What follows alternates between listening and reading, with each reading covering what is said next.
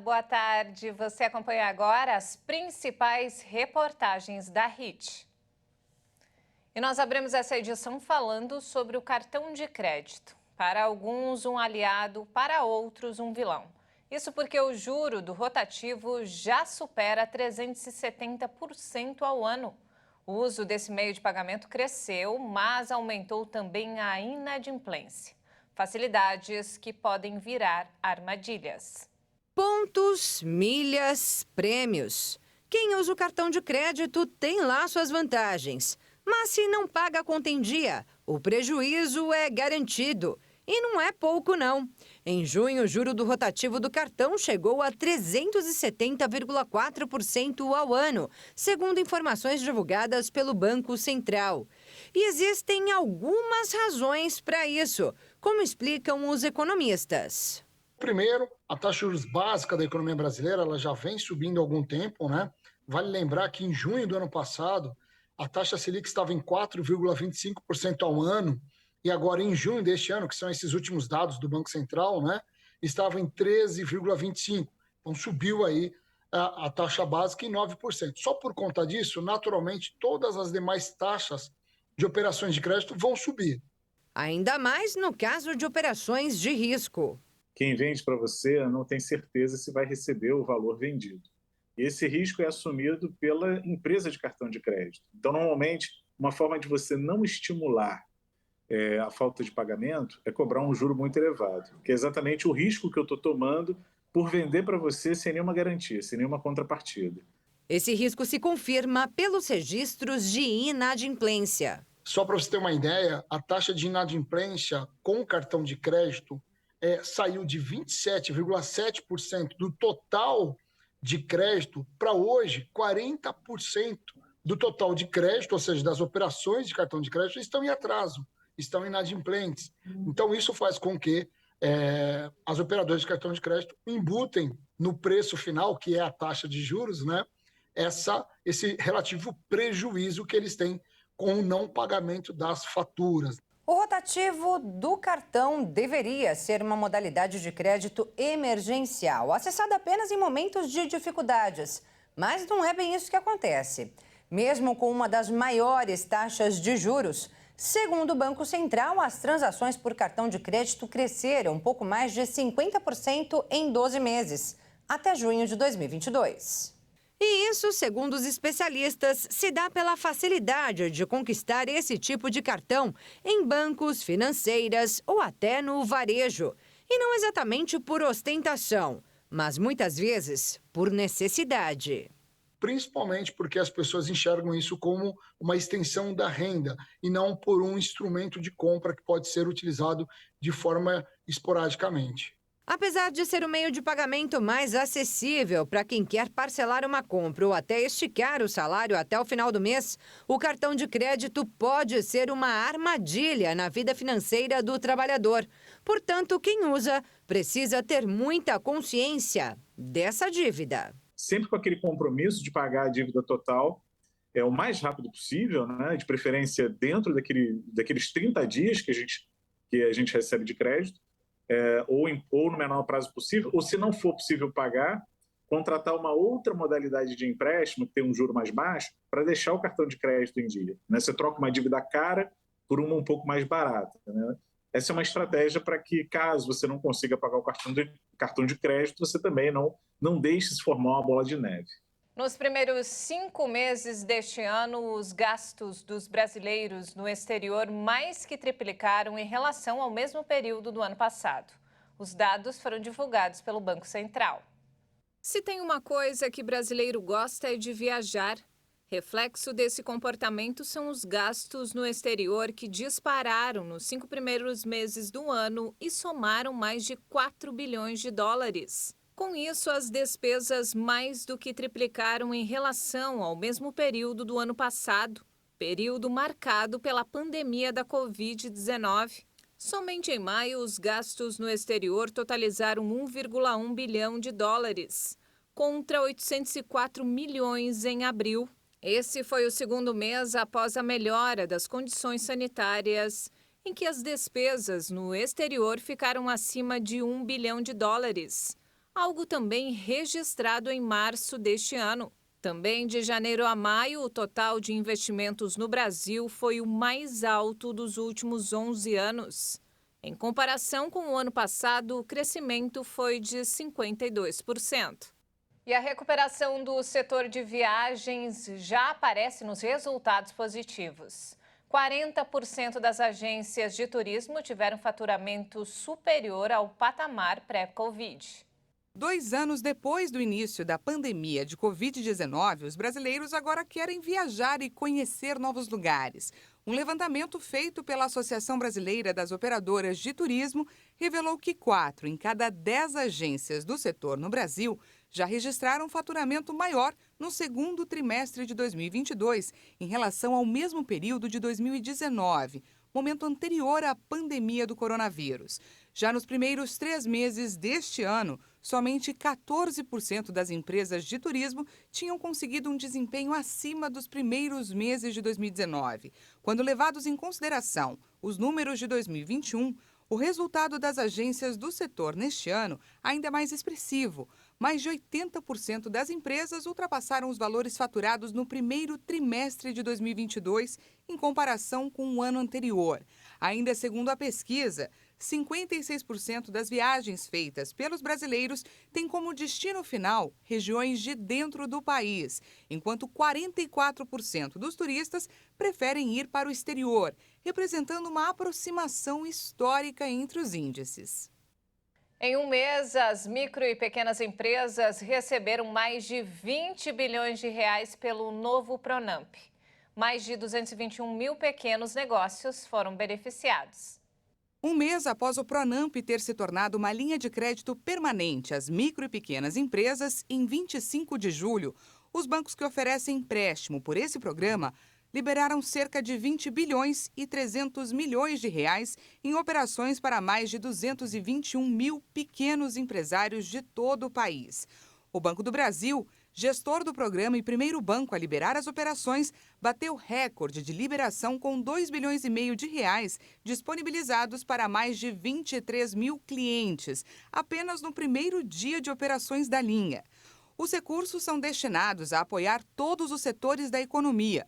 Nesta fase, 54% das empresas atendidas são do comércio, 31% do serviço e 15% para pequenas indústrias. Desde março de 2020, foram mais de 754 mil empresas apoiadas com crédito, com um valor total de mais de 200 bilhões de reais. Nos anos de 2020 e 2021, o Pronamp liberou um total de 15 bilhões de reais, atendendo mais de 186 mil empresas. A inflação do aluguel caiu em agosto, segundo dados divulgados pela Fundação Getúlio Vargas. A nossa repórter Maria Clara Leite traz mais informações. O IGPM, o Índice Geral de Preços Mercado, utilizado para calcular o reajuste da maioria dos contratos de aluguel vigentes no país, caiu 0,70% em agosto. Essa é a primeira taxa negativa desde setembro do ano passado. No ano, o índice acumula alta de 7,63%. E em 12 meses, é possível dizer que a inflação do aluguel desacelerou a 8,59%, enquanto no mês passado a alta acumulada era de 10,08% em 12 meses. Segundo a FGV, o recuo de agosto foi influenciado pela recente redução do ICMS sobre combustíveis e energia e pela queda nos preços nas refinarias, além da desaceleração no grupo alimentação, de 1,47% em julho para 0,44% em agosto. A gente lembra aqui que o IGPM é composto pela ponderação de 3 índices, que são o IPA, o Índice de Preços ao Produtor Amplo, o IPC, o Índice de Preços ao Consumidor, e o INCC, que é o Índice Nacional de Custo da Construção. Para o cálculo do índice de agosto, a FGV comparou os preços coletados entre o dia 21 de julho e 20 de agosto com os preços analisados entre 21 de junho a 20 de julho de 2022. E agora falando sobre eleições. O prazo para a transferência do domicílio eleitoral acabou no dia 4 de maio. E o número de brasileiros que votam no exterior superou o total de eleitores de 3 estados do país. O número de eleitores brasileiros que moram no exterior cresceu 39,2% neste ano em comparação com as últimas eleições gerais, que aconteceram em 2018, e 96,8% em comparação com 2014. Em números, o total de eleitores chega a 697 mil brasileiros fora do Brasil, enquanto na eleição passada eram pouco mais de 500 mil. Para se ter uma ideia, o quantitativo é superior ao eleitorado de 3 estados, Acre, Amapá e Roraima. Apesar do aumento, o Itamaraty excluiu 16 sessões de votação fora das sedes de embaixadas e consulados. Mas houve acréscimo, no entanto, de 10 cidades nas quais os brasileiros poderão votar. Uma das cidades em que não houve votação em 2018 é Amsterdã, na Holanda, que neste ano contará com 10 mil eleitores que vão poder exercer o direito ao voto no local. Já em Roterdã, também na Holanda, tinha 4.800 eleitores em 2018, segundo o Tribunal Superior Eleitoral, e foi retirada da lista neste ano. Vale lembrar que o brasileiro que está fora do Brasil só vota para presidente da República. No entanto, segundo dados do TSE, eles vão poder exercer o direito em 181 cidades de 132 países. E só pode votar o eleitor que pediu a transferência do domicílio eleitoral do Brasil para o exterior até o dia 4 de maio. E veja a seguir, cidade de São Paulo registrou o primeiro caso de conjuntivite associada à varíola dos macacos. E ainda quase 10 mil vagas de estágio esperam por candidatos em todo o Brasil. Nós voltamos em instantes. Até já!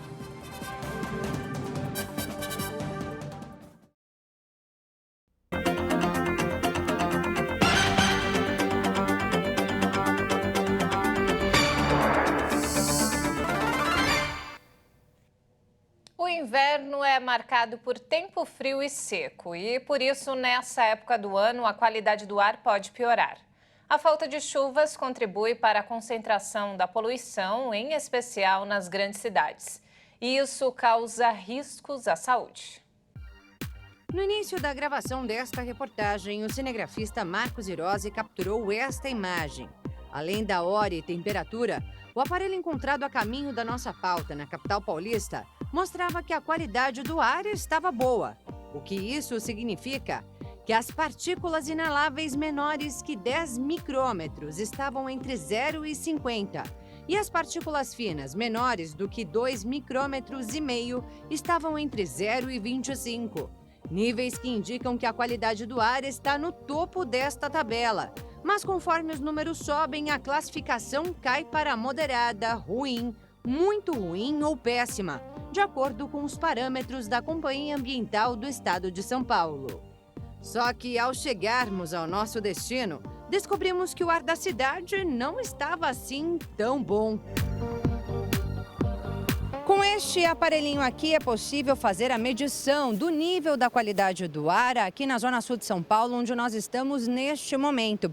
Aqui ao meu lado está o Leonardo Kozak, que é engenheiro especialista em qualidade do ar. Foi ele que fez essa medição aqui pra gente. Neste momento, o medidor mostra PM2,5 em torno de 40 e o PM10 em torno de 60, como vocês podem observar. Isso daqui significa que a qualidade do ar aqui nessa região está moderada, não está boa não.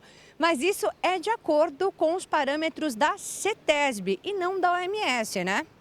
Correto. Se fosse seguir os padrões da OMS, que os limites seriam 15 e 25, ele estaria bem ruim essa qualidade do ar nesse momento. 7 milhões de pessoas morrem por ano devido à poluição, segundo estimativas da Organização Mundial da Saúde. A maioria em países de baixa e média renda da Ásia e África. Mas o ar por aqui não está dos melhores, não. O engenheiro aponta que o impacto na saúde de quem vive em uma cidade como São Paulo é o mesmo sentido por quem fuma 5 cigarros por dia. Outro dado que também é muito preocupante, que nessas mortes da OMS, do impacto da poluição, e aí não é poluição atmosférica, é dentro de casa, que é um problema que acentuou agora com a alta do preço dos combustíveis, principalmente do gás de cozinha, que é o uso do fogão a lenha dentro de casa. Quase 30% da população brasileira cozinha com fogão a lenha. É a mesma coisa, você tem um impacto como se você estivesse respirando, eu não vou lembrar a quantidade, mas vários cigarros por dia. E não só os adultos, as crianças, todos os moradores daquela casa estão respirando aquele ar poluído. Então você imagina, ficar em ambientes fechados pode ser a solução. Só que não. É nessa época que as pessoas tendem a deixar as janelas e portas fechadas para bloquear o frio e assim concentram o ar poluído que vem de fora do lado de dentro. E não pense que basta abrir a casa para resolver a questão. Se o ar que vem da rua é poluído, a recomendação é deixar tudo fechado mesmo. Mas aí o que fazer?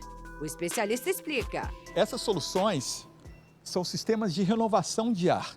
É o nome que a gente dá para isso, sistema de renovação do ar. Como o próprio nome diz, ele renova o ar de dentro dos ambientes.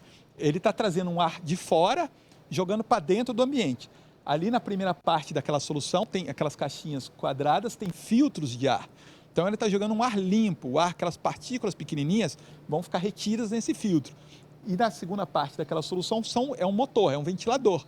Então ele está jogando, é um ventilador mecânico, está puxando o ar de fora, jogando para dentro do ambiente. Então esse ar, nessas épocas poluídas, a poluição da cidade aqui da minha região não entra na minha casa. Segundo o engenheiro, esse sistema de purificação custa em torno de R$ 400. O mesmo valor deste purificador portátil, indicado para quem mora ou trabalha em prédios que não podem sofrer alterações na fachada. E o especialista dá outras recomendações para melhorar a qualidade do ar interno. Umidificar o ar com bacia d'água é bacana, mas tem que ser fervida e bem longe do alcance de crianças. Usar umidificadores simples, vendidos inclusive em farmácias, também é bom. É preciso se preocupar em usar produtos químicos com menor emissão de gases e aspiradores de pó com filtros melhores. Enquanto isso, a sugestão do engenheiro é seguir o exemplo de alguns países da Ásia que, muito antes da Covid-19, já tinham as máscaras em sua rotina. Talvez a gente tenha que usar máscaras no futuro para se proteger da poluição do ar. Alguns países asiáticos já usam há muito tempo isso, essas máscaras, tanto da contaminação de outras pessoas, né, e principalmente em transporte público, locais fechados, como da poluição do ar. São recomendações alertas que eu acho que a gente teria que estar usando. A população teria, é uma forma de se proteger dessa poluição do ar. E ainda falando sobre saúde, o surto de varíola dos macacos diminuiu seu ritmo na Europa. De acordo com a Organização Mundial da Saúde, as contaminações e a circulação do vírus responsável pode ser controlada e até eliminada se a luta contra a doença for intensificada. O continente europeu é o mais afetado desde que a doença saiu do continente africano e começou a se espalhar pelo mundo. There are encouraging early signs, as evidenced in France. Há sinais iniciais encorajadores mostrando na França, Alemanha, Portugal, Espanha, Reino Unido e outros países de que a epidemia pode estar diminuindo. Para avançar na eliminação na nossa região, precisamos intensificar nossos esforços. Ainda acreditamos que podemos eliminar a transmissão sustentada de humano para humano na região se nos comprometermos com isso e usarmos os recursos necessários para este fim. Nos 53 países que compõem a região da OMS na Europa, que inclui a Rússia e países da Ásia Central, mais de 22 mil casos de varíola foram registrados em 43 países, representando mais de 1/3 dos casos em todo o mundo. Na semana passada, a OMS relatou um declínio de 21% em novos casos em todo o mundo após 4 semanas sucessivas de aumentos. A fim de eliminar a propagação do vírus na Europa, a OMS aconselhou os países a continuarem com medidas de monitoramento, vacinação direta e intensificação de casos de contato. E ainda falando sobre o assunto, a cidade de São Paulo registrou o primeiro caso de conjuntivite associada à varíola dos macacos. Além dos sintomas como febre, fadiga, dor de cabeça, dores musculares e o aparecimento de lesões cutâneas, que são característicos da varíola dos macacos, agora manifestações oculares também podem estar atreladas à doença. O Hospital dos Olhos, referência em oftalmologia na capital paulista, identificou o primeiro caso de paciente com confirmação para a doença a partir de exame de coleta ocular. 4 dias após o surgimento de lesões na pele, associadas a outros sintomas de monkeypox, como mialgia e cefaleia, um profissional de saúde de 30 anos começou a apresentar também irritação ocular e lacrimejamento, um quadro semelhante a uma conjuntivite. Com isso, os exames oftalmológicos passam a ser usados para o diagnóstico da doença. Segundo especialistas, diversas situações podem estar presentes dentro do quadro de monkeypox, com manifestações oculares como conjuntivite, blefarite, ceratite ou lesões na córnea. Para prevenir a varíola dos macacos e ajudar a evitar a contaminação dos olhos, é indicado lavar sempre as mãos e evitar tocar os olhos, o nariz e os ouvidos e não compartilhar toalhas de rosto e lençóis, além, é claro, de usar máscaras de proteção. Faltam menos de 2 semanas para o fim da campanha nacional contra a poliomielite. De acordo com o Ministério da Saúde, a adesão está baixa, o que preocupa as autoridades. Quem traz mais informações para a gente é a nossa repórter Bruna Di Giaimo. Atenção, pais! A polio ou paralisia infantil é uma doença altamente contagiosa que atinge principalmente crianças com menos de 5 anos de idade e que vivem em locais onde não há tratamento adequado para água e esgoto. O poliovírus, que é o vírus causador da doença, é transmitido de pessoa para pessoa por via fecal-oral ou por água ou alimentos contaminados e também por meio de gotículas expelidas ao falar, tossir ou espirrar. A poliomielite não tem cura, apenas prevenção através da vacina, que é oferecida pelo SUS. São 3 doses iniciais distribuídas para os bebês aos 2, 4 e 6 meses de vida, depois 2 como reforço quando a criança está com 15 meses e outra entre 4 e 5 anos. Há também a vacina injetável, indicada para pessoas de até 19 anos ou para situações especiais, como é o caso de indivíduos imunocomprometidos. E olha, para os especialistas, entre os motivos principais para a baixa procura estão a pandemia, a dificuldade dos pais de levarem os filhos até os postos de saúde e a falta de percepção do risco da doença. A força-tarefa de vacinação vai até o dia 9 de setembro, mas ainda assim é possível vacinar depois desse período. E você é daquelas pessoas que adicionam sal aos pratos já prontos? Pois é, o comportamento gera um alerta, porque um estudo divulgado na última semana apontou que o hábito pode aumentar em 28% o risco de morte precoce antes dos 75 anos. Acompanhe. Convenhamos, uma comida sem sal não atrai tanto ao paladar. É ele o responsável pelo sabor, mas é necessário cuidado na hora de adicioná-lo às refeições. Um estudo realizado no Reino Unido com mais de 500 mil pessoas durante 9 anos apontou que o consumo de sódio pode aumentar em 28% o risco de morte prematura. Foram documentadas 18.474 mortes durante esse período.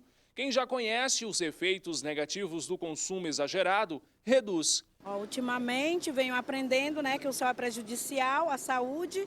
Como o que aprendemos com nossos pais, a gente mora na roça, por causa da conserva, comia muita carne de sol, Mas quando nós vimos a causa que ele tem, o prejuízo da saúde que ele tem causado, agora vem me controlando. Controlo porque eu sou hipertensa, Então, e o sal é muito prejudicial à saúde, Então eu hipercontrolo. Sempre eu ponho sal, mas bem pouco. Sim, pressão, diabetes na família, Então é isso. Vai regulando tudo ali. Regulando tudo. Certo. Na hora que vai comer fora também é a mesma coisa? Evita ao máximo colocar? Evita o máximo de sal, com certeza. Eu diminuí muito o sal, que eu gostava muito de colocar sal. Agora eu diminuí tudo, porque eu estava ficando com a pressão alta, aí eu estou diminuindo. Se você é do tipo de pessoa que chega ao restaurante e adiciona mais sal à comida já pronta, precisa repensar essa atitude. Quanto mais sódio, maior o risco. Monique Cabral faz o alerta. Vai te dar pressão alta, normalmente primeiro a pessoa tem que perceber que ela tá, Normalmente a pessoa não sabe que ela tá com esse excesso de sal. Então, para ela perceber, ela tá o quê? Com a pressão alta, sentindo muita sede, muito inchaço, ganhando muito peso. Então, ela está retendo líquido. Então, esse é o quê? É o excesso de sal. Mesmo deixando de adicionar ao próprio prato, a pessoa pode estar consumindo mais sódio. Alimentos industrializados como condimentos, embutidos e congelados são vilões. É preciso verificar os rótulos e conferir se a quantidade de sódio está dentro do recomendado. A OMS, né, ela libera 5 gramas de sal por dia, que equivale, 5 gramas de sal equivale a uma colher rasa, uma colher de chá rasa. Dilma tirou de vez o sal. Em sua casa, os alimentos são cozidos sem nenhum tempero. Meu feijão é sem sal nenhum, é natural. Costuma comer natural? Natural. Minhas verduras também todas natural. Meu suco também não tem açúcar nenhum. Inclusive nem café eu uso, não gosto de refrigerante. E evito comer na casa de pessoas por causa do sal e da gordura e do açúcar. De acordo com a nutricionista, remover por completo não é uma boa alternativa. Uma dica é utilizar temperos que ajudam a aguçar o sabor dos pratos, sem a necessidade de adicionar tanto sal. O excesso é ruim e se tirar totalmente, ela pode ter uma queda na pressão dela também, entendeu? Quando ela tira bruscamente o sal. Então, ela pode, ao invés dela retirar totalmente, ela colocar sal, gente. Ao invés de colocar sal, ela pode colocar o quê? Temperos naturais, como orégano, pimenta, cebola, açafrão, na alimentação dela. Não precisa ser uma alimentação sem nenhum gosto, sem sal, sem nada. O estudo realizado no Reino Unido ainda apontou: pessoas que consomem altos níveis de sal podem diminuir o risco comendo mais frutas e vegetais. O potássio contido nesses alimentos ajuda a reduzir os efeitos do sódio no organismo. Contudo, não é bom extrapolar. E olha só que bacana, quase 10 mil vagas de estágio estão disponíveis em todo o Brasil para estudantes do ensino médio, técnico, tecnológico e superior. As oportunidades são oferecidas em uma feira online que ainda exibe painéis com dicas para os alunos. A chance chegou na hora certa. A Carol está no 6º semestre da Faculdade de Jornalismo. Um excelente momento para dar início à profissão por meio de um estágio. Eu acho que eu estava um pouco perdida depois da pandemia na minha escolha de carreira e esse estágio ele me fez realmente me encontrar, gostar do que eu quero para minha vida e ter certeza de que é isso mesmo. Assim aconteceu também com o Lucas. Estou no 2º semestre de produção audiovisual na faculdade e já estou estagiando também na área onde eu faço edição de vídeo, gravação e também fotografia. O Kevin teve a mesma chance. Estou no 2º semestre de cinema e audiovisual. Atualmente eu estagio como produtor audiovisual na Noticiando. Entre as minhas atividades, eu coordeno pautas jornalísticas e faço captação de imagem e áudio. Os 3 estudantes conquistaram as vagas por meio do NUB, o Núcleo Brasileiro de Estágio, que neste momento oferece quase 10 mil oportunidades em uma feira voltada para alunos do ensino médio, técnico, tecnólogo e superior. A Feira de Estágio é um evento que conecta empresas, instituições de ensino e estudantes a uma série de palestras, painéis, programação ao vivo que o estudante pode acompanhar, ter certificado de participação e, sobretudo, tem sites sobre a carreira dele. Os estudantes podem acompanhar a programação ao vivo, mas claro que o conteúdo vai ficar disponível no nosso canal do YouTube. É só procurar como NUB Vagas. A Feira de Estágios oferece vagas para as mais diversas áreas com bolsa auxílio de R$ 1.400 a R$ 2.200 por mês, mais benefícios. Ao todo, são cerca de 14 mil empresas parceiras do Núcleo, que realiza todo o processo seletivo dos candidatos. Até agora, o NUB já inseriu mais de 1 milhão de jovens no mercado de trabalho em todo o Brasil, em estágios presenciais, híbridos ou totalmente home office, que é o caso da vaga conquistada pela Carol. Ela mora em Minas Gerais, mas foi contratada para trabalhar em uma empresa daqui de São Paulo. Eu sou de Divinópolis, faço faculdade em São João del Rei e faço estágio em São Paulo. Então é uma loucura. Se eu não tivesse a oportunidade desse estágio sendo home office, eu provavelmente não conseguiria fazer, porque eu fico nessa ida e vinda de uma cidade para outra o tempo inteiro. Então essa oportunidade, especificamente sendo home office, foi perfeita para mim. Tem 3 meses só que eu tô no estágio e já parece que eu tô há 3 anos. É assim, a quantidade de conhecimento que eu tive eu acho que eu não conseguiria se eu estivesse contando somente com a faculdade, por exemplo. E lá na minha área, lá em volta de mim, eu não encontrei nenhuma oportunidade parecida com essa. O processo seletivo começa nas inscrições, no painel de vagas do site do Núcleo Brasileiro de Estágio.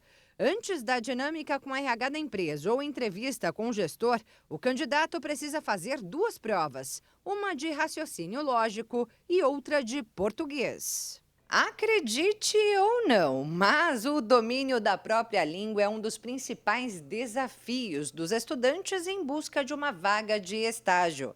Segundo uma pesquisa feita pelo próprio NUB, mais de 80% dos candidatos são reprovados justamente nas provas de língua portuguesa. Ortografia, gramática e interpretação de texto. O estudo mostra que os alunos têm dificuldades em tudo. E olha que o nível da prova, segundo o núcleo, é compatível com o que se aprende no ensino médio.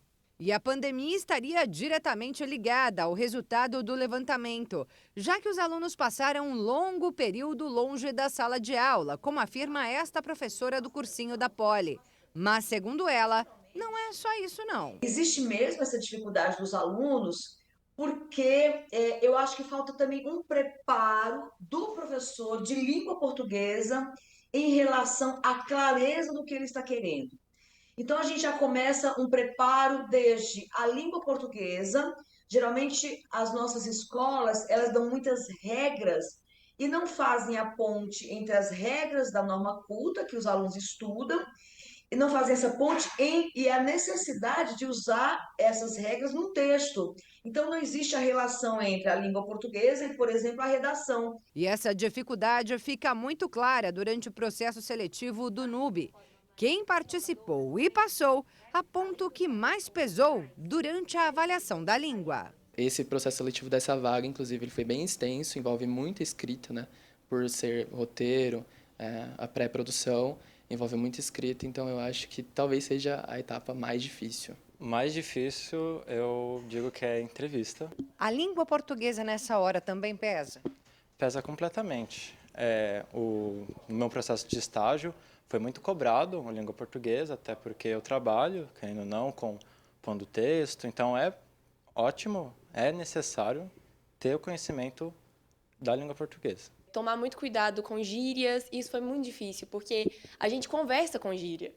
A gente vê, a gente fala sem perceber e é muito difícil. Você tá lá na hora e cortar isso. A prática é o caminho para os bons resultados. Segundo a professora, não há nada melhor para aprender a língua do que ler e escrever. Se eu li um editorial, a partir daquela leitura que eu li, ele vai para o caderno dele e ele vai parafrasear esse texto.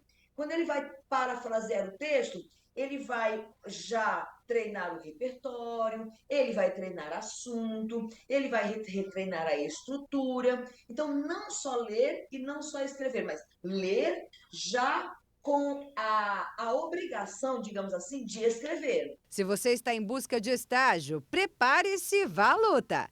Para se inscrever para uma vaga do Núcleo Brasileiro de Estágio, basta acessar nub.com.br. O cadastro é gratuito. Apesar dessas vagas, 10 mil vagas estarem abertas hoje, a gente vai continuar abrindo novas vagas ao longo do ano. Portanto, quem não tem cadastro precisa entrar agora no site e começar a pesquisar as vagas. E não temos mais tempo, essa edição fica por aqui. Mais informações ao longo da nossa programação. E se quiser rever as nossas reportagens, é só acessar o canal Hit Notícias no YouTube. Obrigado pela companhia e um excelente domingo para você. Até mais!